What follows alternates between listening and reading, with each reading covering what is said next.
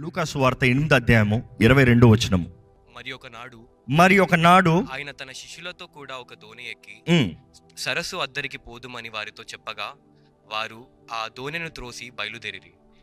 వారు వెళ్ళుచుండగా ఆయన నిద్రించెను. అంతలో గాలివాన సరస్సు మీదికి వచ్చి దోణి నీళ్లతో నిండినందున వారు అపాయకరమైన స్థితిలో ఉండిరి. గనుక ఆయన యొద్దకు వచ్చి, ప్రభువా ప్రభువా, నశించిపోచున్నామని చెప్పి ఆయనను లేపిరి. ఆయన లేచి గాలిని నీటి పొంగును గద్దింపగానే అవి అణగి నిమ్మలమాయెను. అప్పుడాయన, మీ విశ్వాసం ఎక్కడా అని వారితో అనెను. అయితే వారు భయపడి ఈయన గాలికిని నీళ్లకును ఆజ్ఞాపింపగా అవి లోబడుచున్నవని, ఈయన ఎవరో అని ఒకరితో ఒకడు చెప్పుకొని ఆశ్చర్యపడిరి. మనం చూస్తున్నామండి, వారందరూ కలిసి ఆ దోణిలో వెళ్తూ ఉంటే అక్కడ సడన్గా ఏం ప్రారంభమైందంట? తుఫాను. ఎందుకంటే ప్రతి ఒక్కరి జీవితంలో తుఫానులు ఉంటాయండి. తుఫానులు లేని జీవితం చాలామంది కోరుతున్నాము. చాలామంది అనుకుంటాము, జీవితంలో తుఫానులు వచ్చినప్పుడు దేవుడు నన్ను విడిచిపెట్టాడా? తుఫాన్లు వస్తామంటే దేవుడు మనల్ని మర్చిపోయాడని అర్థం కాదు.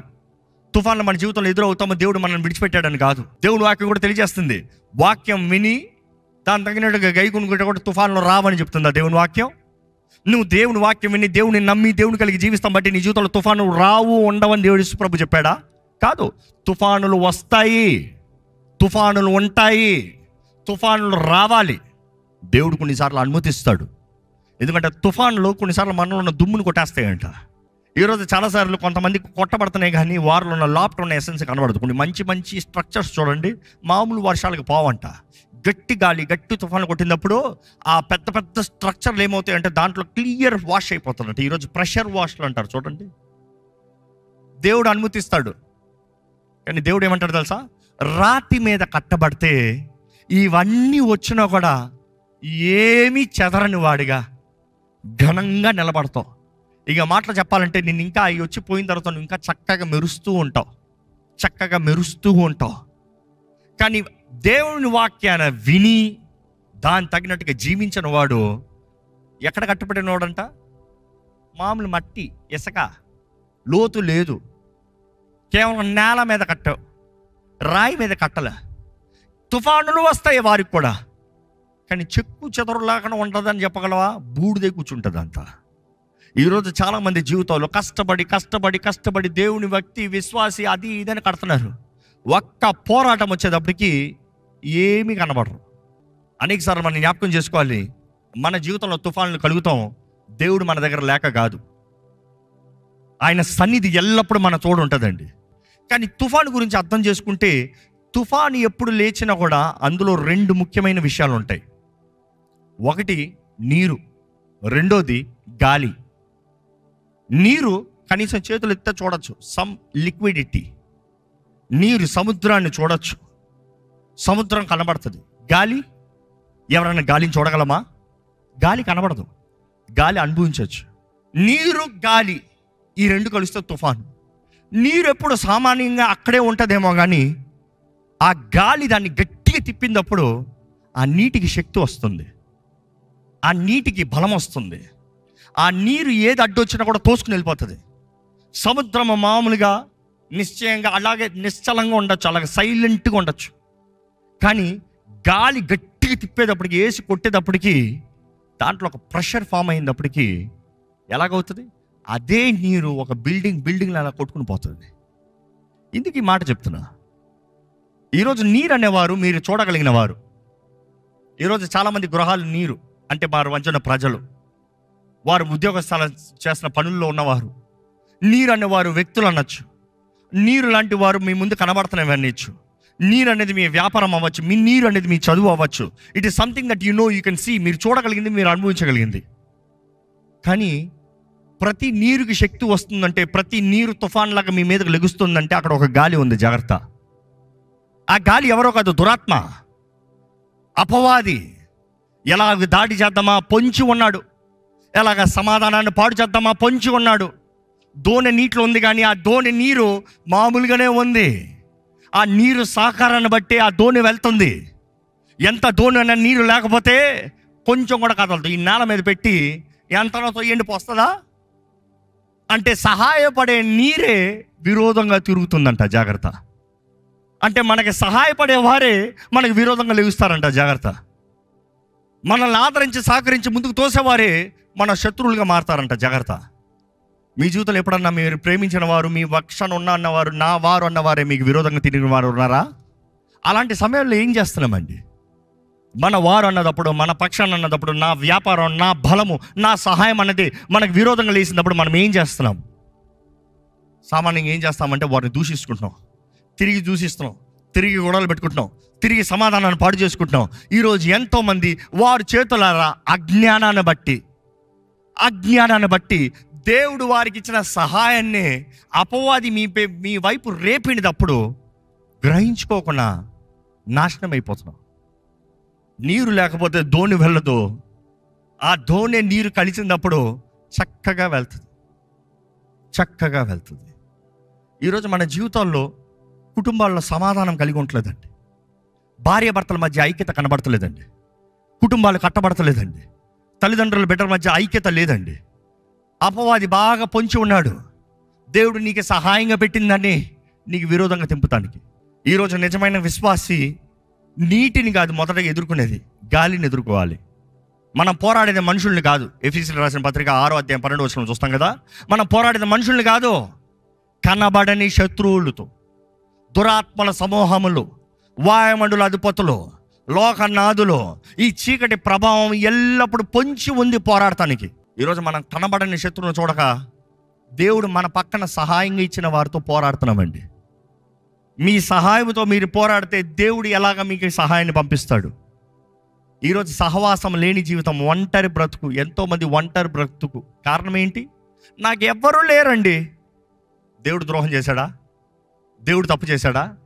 నాకు ఎవరు లేరనేవారు కారణం ఏంటి తెలుసా? నువ్వు ఎవరితో ఉండదలుచుకోలేదు.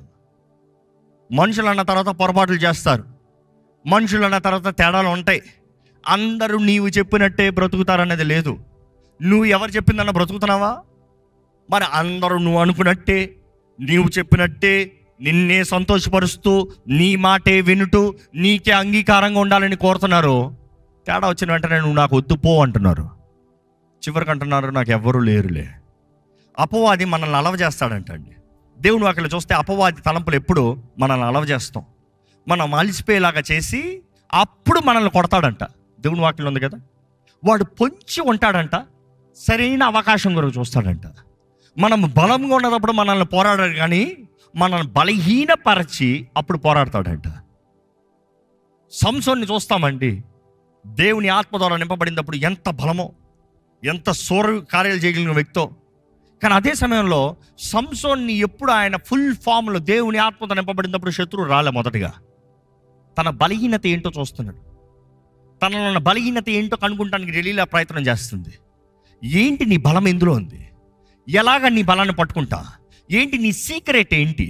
How can I trap you? బలహీనతను చూచి అప్పుడు కొడుతున్నాడు. దేవుడు చెప్తాడు సంసోనుతో, ఈ 3 విషయాలు చేసావా అయిపోయింది. సంసోనుతో నిబంధన అదే కదా తల్లిదండ్రులతో చేస్తాడు. చచ్చిన దాన్ని ముట్టకూడదు, ద్రాక్షారసం తాకూడదు, వెంట్రుకలు కత్తిరించకూడదు. ఈ 3 కండిషన్లు పెడతాడు దేవుడు. ఏంటది? చచ్చిన దాన్ని ముట్టకూడదు, ద్రాక్షారసం తాకూడదు, వెంట్రుకలు కత్తిరించకూడదు.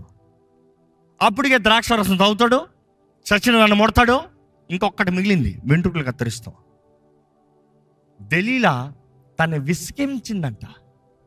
సంసోను విసిగిపోయాడంట. విసిగిపోయి ఇది నా శక్తిపా. ఈరోజు చాలామంది విసిగిపోతున్నారండి. విసిగేలాగా చేస్తున్నాడు అపవాది విసిగేలాగా మీ జీవితాన్ని చేస్తున్నాడు. ఈరోజు చాలామంది బ్రతుకు విసిగి వేసారిపోతున్నారు. కారణం ఏంటి? తప్పు మీది. విసిగే స్థలంలోకి ఎందుకు వెళ్తున్నారు? విసిగే ప్రజల దగ్గరికి ఎందుకు వెళ్తున్నారు? దేవుని చిత్తంలో ఉన్నవారు మిమ్మల్ని విసిగించేవారు కాదు. ఈరోజు చాలామంది ఇందుకీ ఉద్యోగం మళ్ళీ అక్కడికే పోతారు. వదిలికొని పో. ప్రపంచంలో అది ఒకటే ఉద్యోగమా? నాకు ఈ జాబే కావాలి అంటారు. దేవుని చిత్తం అది కాదు, నాకు ఇదే కావాలి. సంసోను చూడండి, ఒక్కతిని చూచెను అని ఉంటుంది. ఒక్కతిని ఏం రా బిడ్డ, ఇక్కడ లేరా అమ్మాయిలు, అక్కడే కావాలా నీకు? ఆ వేష్యే కావాలా నీకు? వీళ్ళందరూ బాలే, ఆ వేష్యే బాగుంది. నా ఆశ, నా కోరిక, నేను శరీరాశ, నేత్రాశ, జీవబడ్డమ్మో. ప్రతిసారి విర్రవిగాడంట. ఇక చివరిగా వెంట్రుకలు కత్తిరించిన తర్వాత విర్రవీగుతున్నాడు. యథావిధిగా నిద్రలోంచి లేచి విర్రవీగుతున్నాడు అంట. శక్తి లేదు. దేవుడు విడిచిపెట్టాడు. ఈరోజు ఎంతోమంది కూడా దేవుని ద్వారా విడిచిపెట్టబడిన వారు ఉన్నారు. కారణం ఏంటి? గర్వం, సుయాశ, సొంత బలం మీద ఆధారపడతాం. దేవుడిచ్చిన ప్రజల్ని విడిచిపెట్టి దేవునికి విరోధమైన ప్రజలతో చేరతాం. లోకంతో స్నేహము, దేవునితో వైరం అని దేవుని వాక్యం తెలియజేయట్లేదా? ఎవరు మీ స్నేహితులు? ఈరోజు దేవుడిచ్చిన కుటుంబం స్నేహం కాదు, దేవుడు అనుగ్రహించిన సంఘము స్నేహం కాదు, దేవుడు అనుగ్రహించిన ప్రజలు స్నేహం కాదు. మొన్న ఒక వ్యక్తి చెప్తున్నారు, ఈ క్రైస్తవులందరూ ఇంతేనండి, అందుకని ఈ క్రైస్తవులతో నేను ఫ్రెండ్షిప్ చేయనండి, నాకు స్నేహితులు అందరూ లోకస్తులే, తాగుబోతులండి, ఎందుకంటే వాడు బెటర్ ఉన్న నిజం మాట్లాడతాడండి. అందుకని అలాగే ఉంటావా? ఎవ్వరూ సరిలేరు, నువ్వు సరిగా ఉండలేవా? మా ఆలయంలో ఎవ్వరూ సరిలేరు అండి, నువ్వు సరిగా ఉండొచ్చు కదా. నీ ఒక్కడి ద్వారంగా దేవుడు కార్యం చేస్తాడు కదా. ఎవరు బాగాలేదు కాబట్టి నేను బాలే లేదంట. దేవుని వాక్యం చెప్తుంది, ప్రతి వాడు దేహంతో జరిగించే ప్రతి కార్యానికి లెక్కప్ప చెప్పాలంట. అది మంచివైనను సరే, చెడ్డవైనను సరే, ప్రతి వారు దేహంతో జరిగించిన దానికి, ఇంకోటి దేహంతో జరిగించేది కాదు, ఇంకోటి చేసిన పని కాదు. ఈరోజు మన జీవితం ఎలాగుందండి? తుఫాన్లు వచ్చేటప్పుడు ఎలాగున్నాం? తుఫాన్లు వచ్చేటప్పుడు ఏం చేస్తున్నాం? ఎంతోమంది బెదిరిపిన బ్రతుకు, భయంతో బ్రతుకుతున్నారు. ఎంతోమంది దేవుణ్ణి, నన్ను మర్చిపోయేంటి ప్రభా, నన్ను విడిచిపెట్టవేంటి ప్రభా, నన్ను త్రోసివేసేవేంటి ప్రభా. కాదు, దేవుడు వాక్యం చెప్తలేదా? దేవుడు ఎల్లప్పుడూ మన తోడు ఉంటాడట. దేవుడు కేవలం కొండ మీద మాత్రం దేవుడు కాదు, లోయలో కూడా దేవుడే. నువ్వు అన్ని బాగుందప్పుడు మాత్రం కాదు దేవుడు నీ తోడున్నది. సింహపు బోన్లో వేయబడినప్పుడు దేవుడు నీ తోడు ఉంటాడు. అందరు నిన్ను పొగిడేటప్పుడే మాత్రం కాదు దేవుడు నీ పక్షాన ఉండేది. అగ్ని గుండంలో ఉన్నప్పుడు కూడా దేవుడు నీ పక్షాన ఉంటాడు. ఇక్కడ ఉన్నవారు ఎవరైనా సరే దేవుడిని ఎప్పుడు నన్ను చేయి విడిచిపెట్టలేదని నేను చెప్పేవారు ఉంటే బిగ్గరగా హల్లెలూయా చెప్తారా? మిగిలిన చెప్పలేరా? తెలియపోతే చెప్తాను. మీరు దేవుడు మీ దగ్గర ఉన్నాడని మీరు తెలియలేకపోయినా కూడా, గ్రహించుకోలేకపోయినా కూడా దేవుడు మీ పక్కన ఉన్నాడు. Just that you have not seen. ఆయన కృప మిమ్మల్ని విడిచిపెట్టలేదు కాబట్టి మీరు ఇంకా సజీవులు అక్కడ ఉన్నారు. మీ జీవితంలో ఇచ్చిన తరుణాలు, మీ జీవితంలో ఇచ్చిన అవకాశాలు, మీ జీవితంలో ఇచ్చిన భాగ్యములు, మీ జీవితంలో ఇచ్చిన వరములు ఎన్నో. కానీ ఎంతోమంది స్వార్థంతో బ్రతుకుతూ దేవుని మీద ఆధారపడతలేదు. మనం చూస్తామండి ఈ వాక్యంలో, ఈ తుఫాను పరిస్థితుల్లో, ఈ అర్థం కాని పరిస్థితుల్లో మనం ఏం చేస్తున్నామంటే, చాలామంది ఈ శిష్యుల్లాగే చేస్తున్నారంట. ఈ శిష్యులు ఏం చేస్తున్నారంటే, ఆ దోణిలో వారు జాలరులో, అంటే జాలరు సముద్రం అంటే భయమా, నీరంటే భయమా? కాదు, దాంట్లోనే ఉన్నవారు, అదే వారు వృత్తి. దే హ్యావ్ ఎక్స్పీరియన్స్, అనుభూతి కలిగిన వారు. కానీ ఆ తుఫాను ఎలాగుండిందంటే, ఎంత జాలరైనా, ఎంత అనుభూతి కలిగిన వ్యక్తి అయినా కూడా ఆ పరిస్థితుల్లో సహాయం లేని వారిగా మారిపోయారంట. అది మాత్రమే కాదు, వారు భయపడిన వారుగా ఉన్నారంట. భయం మీలో ఉందా? మీ జీవితంలో భయం ఉందా? మీ జీవితంలో భయం ఉందా? దేనికి భయపడుతున్నారు? ఎవరికి భయపడుతున్నారు? ఏంటి మీ భయం? దేవుడు వాక్యం తెలియజేస్తుంది, భయం అనేది ఒక ఆత్మ అంట. భయం అనేది ఒక ఆత్మ అంట. భీతి, ఈరోజు భీతి, ఎవడు నన్ను చచ్చిపేస్తాడా, ఎక్కడ నేను చచ్చిపోతానా, ఎక్కడ నాకు కీళ్ళు జరుగుతుందా, ఎవడు నన్ను నాశనం చేస్తాడా, ఏమవుతుందా నాకు భీతి. ఈరోజు చాలామంది చచ్చిపోతానేమో. ఒక చిన్న అనారోగ్యం వస్తే చాలు, ఇక నా పని అయిపోయింది.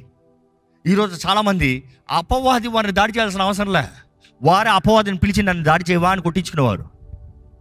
దేవుడు ఎదిరించాయా అంటే సమర్పించుకునేవారు అపవాది దగ్గర. శత్రువా, నన్ను ఏం చేయొద్దు, నేను నీ వాడినే, నన్ను ఏం చేయొద్దు, నేను నీ పక్షానే, నన్ను ఏం చేయొద్దు, నన్ను విడిచిపెట్టేయి. అపవాది ఎవరిని విడిచిపెట్టడు. అపవాది అంట మనుషుడికి రెస్ట్ అవ్వడంట. వాడు అలవ చేసి కొడతాడన్న మాటకి అర్థం ఏంటి తెలుసా?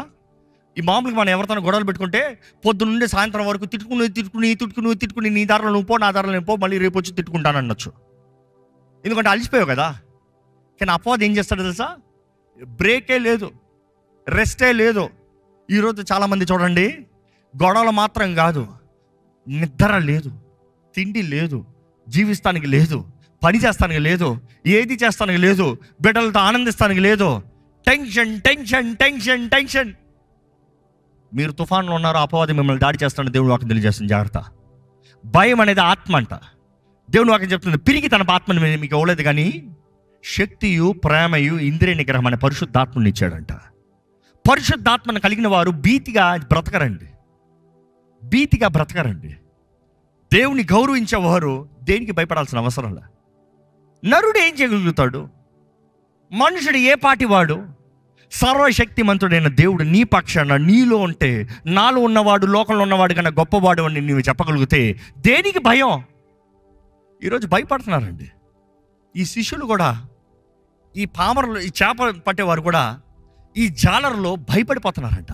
భయపడిపోయి కేకల గోల, ఆ తుఫాన్లో గోలలో యేసుప్రభును లేపి యేసుప్రభుతో అడుగుతున్నారంట, ఏమని? కనుక ఆయన యుద్ధకు వచ్చి, ప్రభువా నశించిపోవచ్చున్నామని చెప్పి, నశించిపోచున్నామో. ఈరోజు చాలా మంది కూడా ఇలాగనే మాట్లాడుతున్నారు. క్రీస్తు రక్తం ద్వారా ముద్రించబడి దేవుని బిడ్డలుగా మార్చబడిన తర్వాత దేవుని చేతుల్లో ఉన్నవారు, ప్రభువా నువ్వు నా పక్కన ఉన్నావు కానీ నేను నశించిపోతున్నానయ్యా, ప్రభువా నీతో నేను ఉన్నాను కానీ నేను దీన్ని బిడ్డను కానీ నేను నశించిపోతున్నానయ్యా, నేను నశించిపోతున్నాను. జీవం మరణం నాలుక వశం. ఏంటి మనం మాట్లాడేది? ఏంటి మన నోట్ల మీద ఉన్న మాటలు? పొద్దుట లేస్తే చాలామంది నోటుల్లో శాపపు వచనాలే, ఇళ్లల్లో శాపపు వచనాలే, కుటుంబాల్లో శాపపు వచనాలే. తల్లిదండ్రులు బిడ్డల్ని శపిస్తూనే ఉంటాడు. ఇంకా ఏం బాగుపడతాడండి? చిన్నప్పటి నుండి ఆ బిడ్డని నువ్వు పనికి రావరా. వాడు పెద్దోడైన తర్వాత నా బిడ్డ పనికి రావట్లేదండి, నువ్వు చిన్నప్పటి నుండి వాడి మీద చెప్పింది ఏంటి? శాపపు వచనము. నీవు శపించితే వాడు ఎలా బాగుపడతాడు? ప్రతి ఇంటి యజమాని, ఇంటి శిరస్సు అధికారం కలిగిన వ్యక్తి. ఆశీర్వదిస్తానికి శపిస్తానికి వాక్యం మొత్తంలో చూడండి. తండ్రులు బిడ్డలకి ఆశీర్వాదాన్ని ప్రకటించేవారు, తండ్రులు బిడ్డల్ని వర్ధలింపజేసేవారు. తండ్రుల ఆశీర్వాదాన్ని పంచుతా ఆ తరమే ఆశీర్వాదం. వాక్యంలో చూడండి. ఈరోజు ఎంతోమంది శాపపు వచనాలు, శాపపు మాటలు, శాపపు జీవితంలో. వారు ఏ పని చేస్తా ముందు ఎవరో వారికి నాశనం చేయాల్సిన అవసరం లే, ఎవరో వారి జీవితాన్ని పాడు చేయాల్సిన అవసరం లే. తామే వారి నోటితోనే వారి జీవితాన్ని పాడు చేసుకుంటున్నారు. ఏంటి మీ మాటలు? నాకు రాదు, నాకు కుదరదు, ఇంక ఇది బాగుపడదు, నా భార్య ఇంక విడిచిపోతుంది. అలాగే జరుగుతుంది. దేవుని నేరం ఒప్పుకోండి. ఎందుకంటే నీవు ఏం పలుకుతున్నావో దాని తగినట్టుకే దేవుడు కానీ అపవాది కానీ అనుమతిస్తానికి, కార్యం జరిగిస్తానికి ఉంది. మరలా చెప్తున్నాను, నీవు ఏది పలుకుతున్నావో దాని తగినట్టుగానే దేవుడు కానీ అపవాది కానీ కార్యం జరిగిస్తానికి ఉంది. దేవుడిని నమ్మితే, విశ్వాసంతో దేవుని వాక్యాన్ని ప్రకటిస్తే దేవుడు అంటాడు, నేను శాపపు కార్యాలను ప్రకటిస్తూ, కీడును ప్రకటిస్తూ, లోక సంబంధమైన పాపపు సంబంధమైన కార్యాలు జరిగిస్తూ అంటే దేవుడు చేపట్టలేడు. It is what you have agreed. నీవైతే అనుమతిస్తున్నావో దేవుని వాక్యం తెలియజేస్తుంది, వీరైతే మేము నశించిపోతున్నాము. ఈరోజు చాలామంది మన జీవితంలో చిన్న పోరాటం వచ్చినప్పుడు నశించిపోతున్నామని జీవితాన్ని అంతం చేసుకుంటున్నామండి. సర్వశక్తిమంతుడిని నమ్మిన తర్వాత ఆయన మానవుడా విడిచిపెడతానికి? ఆయన మానవుడా ఇంకా నాకు చేత కాదు అని చెప్తానికి? ఆయన ఏంటి మనలాంటి వ్యక్త? నాకు చేయగలిగినంత చేశాను, ఇంకా నా వల్ల కుదరలేదు, నీ దారి నువ్వు చూసుకొని చెప్తానికి? దేవుడు ప్రేమించే దేవుడు ఎవరిని విడిచిపెట్టడు. ఆయన విడిచిపెట్టాడండి. ఆయన నమ్మిన వారిని ఆయన విడిచిపెట్టడు. ఆయన శ్రమల్లోకి నడిపిస్తాడేమో, విడిచిపెట్టడు. అగ్నిలోకి నడిపిస్తాడేమో, విడిచిపెట్టడు. అవమానాన్ని అనుమతిస్తాడేమో, విడిచిపెట్టడు. మనుషులు మనల్ని అవమానపరిచినప్పుడు దేవుడు నోట్ చేసుకుంటున్నాడంట. చూద్దాం, నా బిడ్డని ఇలా అవమానపరుస్తావా? నువ్వు ఏ విషయాల్లో అయితే నా బిడ్డను అవమానపరిచావో ఆ విషయాల్లో నేను నా బిడ్డను గణపరిచి నా బిడ్డకు మహిమ తెచ్చి నా నామాన్ని మహిమపరచుకుంటా అంటాడు దేవుడు. ఈరోజు ఏంటంటే ఇది ఎవరి మాటలు నమ్ముతున్నాం మనం? ఏంటి మనం మాట్లాడే శాపపు మాటలు? దయచేసి స్థలం నుంచి ఈ ప్రార్థన సమయంలో దయచేసి ఎవ్వరు కదలకండి. ఇది పరిశుద్ధాత్ముడు మిమ్మల్ని ముట్టే సమయం అండి. దయచేసి ఇంతసేపు మీరు ఎంత విన్నారు కాదు, ఎంత పాడారు కాదు. ఈ సమయంలో నిజంగా మీ జీవితాన్ని, మీ కుటుంబాన్ని, మీ హృదయాన్ని దేవుని చేతుల్లో సమర్పించుకోవాలి. దయచేసి స్థలం నుంచి, ప్రభువా ఇదిగోనయ్యా ఎంతో భయాలతో, ఎంతో కలవరములతో, ఎంతో చేతకాని పరిస్థితుల్లో అయ్యా చచ్చిపోతానేమో, నా జీవితం పాడైపోయిందేమో, ఇంకా నాకు కుదరదేమో అని మారిపోయినయ్యా. నీ వాక్యం వింటం ద్వారా విశ్వాసం కలుగుతుంది ప్రభా. నీ దగ్గర సమర్పించుకుంటున్నాను ప్రభా, నీ చేతులకు అప్పచెప్పుకుంటున్నాను ప్రభా. నీవే నా దిక్కు, నీవే నా ఆశ్రయము, నీవే నా బలము, నీవే నా ధైర్యము, నీ అందే నాకు నిశ్చయత. దేవుని చేతులు చెప్పగలుగుతామా? దయచేసి ఒక్కసారి ఆయన చేతులు సమర్పించుకోదామా? దేవుని చేతులు పడతామో మనకు మేలండి, కానీ అదే సమయంలో ఎంతో భయంకరమంట. ఎందుకంటే ఆయన చేతులు పడిన వారిని ఆయన తగినట్టుగా మనం జీవించాలి. మన స్వార్థము కాదు, మన ఇష్టము కాదు, మన పట్ల మనం నిర్ణయించినది కాదు. సర్వశక్తిమంతుడైన దేవుడు మనతో ఉన్నాడు, జ్ఞాపకం చేస్తున్నాడు. నిజంగా సమర్పించుకున్న వారమైతే ఆయన మనతో ఉండే దేవుడు అండి. ఆయన చేతులు సమర్పించుకున్న వారైతే ఆయన మన పక్షాన సమస్తము సమకూర్చి జరిగించే దేవుడు అండి. ఎట్టి సమస్య అయినా, ఎట్టి పోరాటమైనా, ఎట్టి అవమానమైనా, ఎట్టి దిగులు భీతి అయినా, ఎటువంటి కార్యాల అపవాది మిమ్మల్ని దాడి చేస్తున్నామైనా, ఈరోజు దేవుడు అంటాడు మొదటగా ఆయన చేతులకు సమర్పించుకో. ఎంతకాలం అయింది నిజంగా మిమ్మల్ని దేవుని చేతులకు సమర్పించుకుని? ఎప్పుడు అది చివరిసారిగా మీరు దేవుని చేతులకు సమర్పించుకున్నది? ఎప్పుడు అది చివరిసారిగా దేవా ఇదిగో అయ్యా నా జీవితం అని చేతులకు అప్పచెప్పింది? ఈ సమయం దేవుడు అంటున్నాడు సమర్పించుకో, దేవుని చేతులకు సమర్పించుకో. ఆయనే మన దిక్కు, ఆయనే మన ఆశ్రయము, ఆయనే మన బలము, ఆయనే మన కొండ, ఆయనే మన కోట, ఆయనే మనకి చాలిన దేవుడు. ఎవరికి భయపడేది? దేవుడికి మాత్రమే భయపడని దేవుడు నాకు తెలియజేస్తుంది. Fear God alone. దేవుడికి మాత్రమే భయపడాలంట. ఏ మనిషికి చూసి భయపడుతున్నారు? ఏ దురాత్మని చూసి భయపడుతున్నారు? దేవుడు మిమ్మల్ని తలగా చేస్తే ఇందుకు తోకగా బ్రతుకుతున్నారు. దేవుని సన్నిధిలో ఉన్న మనము ఆయన చేతుల్లో సమర్పించుకుంటే ఆయన సర్వశక్తిమంతుడండి. ఆయన కార్యాలు మీ జీవితంలో రుజువుపరిచే దేవుడు. దేవుడు ఎన్నో చేయాలని ఆశపడుతున్నాడు, కానీ మీరు నమ్ముతున్నారా? దేవుడు ఎన్నో చేయాలని ఆశపడుతున్నారు, కానీ మీరు సమర్పించుకుంటున్నారా? ఈరోజు చాలామంది జీవితంలో ఆశలు చచ్చిపోయి, ఇంకా చాలామందికి ఆశలు లేవు, ఇంకా వాంఛలు లేవు. ఇంకా నా జీవితంలో చేయగలిగింది ఏది లేదు, ఇంకా నేను సాధించగలిగింది ఏది లేదు, ఇంకా నా జీవితంలో నేను అనుభవించగలిగింది ఏది లేదు, అంతా పోయిందని వేసారిపోయి విడిచిపెట్టేస్తున్నారు. కానీ దేవుడు అన్నాడు లేదు, నేనున్నాను నీ కొరకు, నేనున్నాను నీ పక్షాన.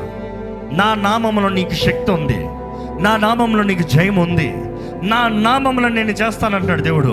నమ్మితే నమ్మువానికి సమస్తము సాధ్యము. నమ్ముతున్నారా? నమ్మితే చెప్పండి, ప్రభువా నేను నమ్ముతున్నానయ్యా, నువ్వు నన్ను బలపరుస్తావని, నువ్వు నన్ను బాగుపరుస్తావని, నువ్వు నా జీవితాన్ని కడతావని, నువ్వు నా జీవితంలో కార్యం చేస్తావని నేను నమ్ముతున్నాను ప్రభువా. నా జీవితాన్ని మరొకసారి నీ చేతులకు సమర్పించుకుంటున్నానయ్యా. దయచేసి ప్రభు మీతో మాట్లాడుతున్నాడు. మీరు నమ్మితే, దేవుని ఆత్మ మీ పైన పనిచేస్తున్నాడు, మీరు నమ్మితే సమర్పించుకోండి, సమర్పించుకోండి, సమర్పించుకోండి. ప్రభు ఇదిగోనయ్యా నన్ను నేను సమర్పించుకుంటున్నానయ్యా. దేవుడు ఎప్పుడు నిన్ను మంచిగా మారి రమ్మంటలేదండి, ఉన్న పాటున రమ్మంటున్నాడు దేవుడు. ఉన్న పాటున రమ్మంటున్నాడు. నువ్వు ఎటువంటి బంధకాలు ఉన్న వ్యక్తివైనా రా, పర్వాలేదు నేను చూసుకుంటాను అంటున్నాడు దేవుడు. నీవు చేయవలసిందని నమ్మాలి. ఆ గెరాసీనుడు యేసు ప్రభు ఎప్పుడైతే ఆ ఒడ్డుకు చేరాడో పరిగెత్తుకుని వస్తున్నాడంట. తన బంధకాల్లోనే ఉన్నాడు, తన నగ్నంగానే ఉన్నాడు, తన గాయాలతోనే ఉన్నాడు. అన్ని మారిన తర్వాత రాలేదు, ఉన్న స్థితిలోనే పరిగెత్తుకుని వచ్చాడంట. దేవుడు అంటాడు రా, రా నా దగ్గరికి రా, మన జీవితాన్ని బాగు చేస్తానంటున్నాడండి. అయ్యా అమ్మా నీ జీవితాన్ని బాగు చేస్తా అంటున్నాడు యేసు ప్రభు. నీ జీవితమే ఇంకా అయిపోయింది అనుకుంటారు చూడండి, దేవుడు అంటాడు నీ జీవితాన్ని. ఇంకా నిరీక్షణ కోల్పోయి ఇంకా నేనేం చేయలేదు అనుకుంటారు చూడండి, దేవుడు నీ జీవితాన్ని.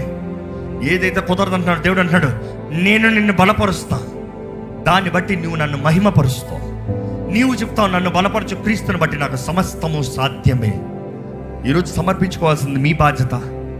పరిశుద్ధాత్ముడు మీతో మాట్లాడుతున్నాడు, మీరు నమ్మితే సమర్పించుకోండి, ప్రార్థన చేయండి, సమర్పించుకోండి. పరిశుద్ధాత్మ తండ్రి నీ నామంలో మాకు జయం ఉందని నమ్ముతున్నాం ప్రభా. ఇక్కడ ఎవరెవరైతే తమ్ము నీ చేతిలో సమర్పించుకుంటున్నారు, ఎవరెవరైతే తమ్ము నీ ముందు తగ్గించుకుంటున్నారో, ఎవరైతే యేసయ్యా అని కేక వేస్తారు, ఎవరైతే నీ శక్తి కోరుతూ, నీ ఆశ్రయాన్ని కోరుతూ, నీ దాగు స్థలముగా నీ దగ్గరగా చేరుతున్నారు, వారి జీవితంలో నీవు కావాల్సిన శక్తి దయచేయ. నీ రక్తంలో మాకు జయం ఉందని నమ్ముచున్నాము ప్రభా. నీ రక్తము ద్వారా మమ్మల్ని కడగమని వేడుకుంటున్నాను ప్రభా. నీ రక్తము ద్వారా మమ్మల్ని శుద్ధీకరించి మనం వేడుకుంటున్నామయ్యా. నీ రక్తము ఏ పాపంలోనే కడిగివేస్తుంది. ప్రతి పాపాన్ని కడిగివేసి పరిశుద్ధపరిచేది నీ రక్తము మాత్రమే ప్రభా. నీ రక్తంలో జయం ఉంది, యేసు రక్తంలో జయం ఉంది. నమ్మిన వారు ధైర్యంగా చెప్పండి, యేసు రక్తము జయమని చెప్పండి. యేసు రక్తము జయము. నా ప్రభు యేసు రక్తము జయము, నా కొరకు సిలువలో కార్చిన యేసు రక్తము జయము, ఆయన గాయాల ద్వారా చిందించిన రక్తము జయము. అవును, యేసు నామములో జయము, యేసు రక్తంలో జయము. ఆయన గాయాల దూరంగా మనకి స్వస్థత ఉంది. ప్రభువా, మేము నమ్ముచున్నామయ్యా, నీ గాయాల దూరంగా మాకు స్వస్థత ఉంది. ఇక్కడ ఉన్నవారిని చూడు ప్రభా, ఎటువంటి పరిస్థితులు ఉన్నవారు ఉన్నారో నువ్వు ఎరుగున దేవుడు అయ్యా. చూడయ్యా, ప్రేమ కలిగిన దేవా చూడయ్యా, ఆదరించే దేవా చూడు ప్రభా, దర్శించే దేవా చూడు ప్రభా, లేవనెత్తే దేవా చూడు ప్రభా, కృప కనికరములు కలిగిన దేవా చూడు ప్రభా. అయ్యా, నీ పక్షాన నీ బిడ్డల వాగ్దానము ద్వారాగా, నీ నిబంధన ద్వారాగా నీ ప్రజలుగా పిలబడుతున్న వారిని చూడు ప్రభా. నీ బిడ్డలను అవమానపరిచే దేవుడు కాదు, నీ బిడ్డలను విడిచిపెట్టే దేవుడు కాదు, నీ బిడ్డలను త్రోసివేసే దేవుడు కాదు, నీ బిడ్డల జీవితాన్ని పాడు చేసే దేవుడు కాదయ్యా, మేలు చేసే దేవుడివే. మా పట్ల మేలైన తలపులు కలిగి ఉన్నావు కానీ కీడైన తలపులు కాదు ప్రభా. నమ్ముచున్నామయ్యా దేవా, నీ ప్రజల్ని నీ రక్తంలో ముద్రించబడిన వారిని ఏ దుష్టుడు మొత్తానికి వీల్లేదు ప్రభా. మా గమ్యంలో మేము చేరాలయ్యా, నీవు నిర్ణయించిన స్థలాలకి మేము చేరాలయ్యా, నీవు నిర్ణయించిన జీవితాలు మేము బ్రతకాలి ప్రభా. నీ వాగ్దానము మా జీవితంలో నెరవేరాలని వేడుకుంటామయ్యా, నీ తలంపులు మా జీవితంలో నెరవేరాలని వేడుకుంటాము ప్రభా. ఇక్కడ ఎవరైనా సరే అపవాది ద్వారా కురంగతీయబడిన వారు, దాడి చేయబడిన వారు, బాధించి కట్టబడిన వారు ఉంటే దేవా, నీ సన్నిధిలో నీ నామములో కలిగిన విడుదలని ఇప్పుడే నజరేయుడైన యేసు నామములో విడుదల కలుగునుగా అక్కడ ప్రకటిస్తున్నాము.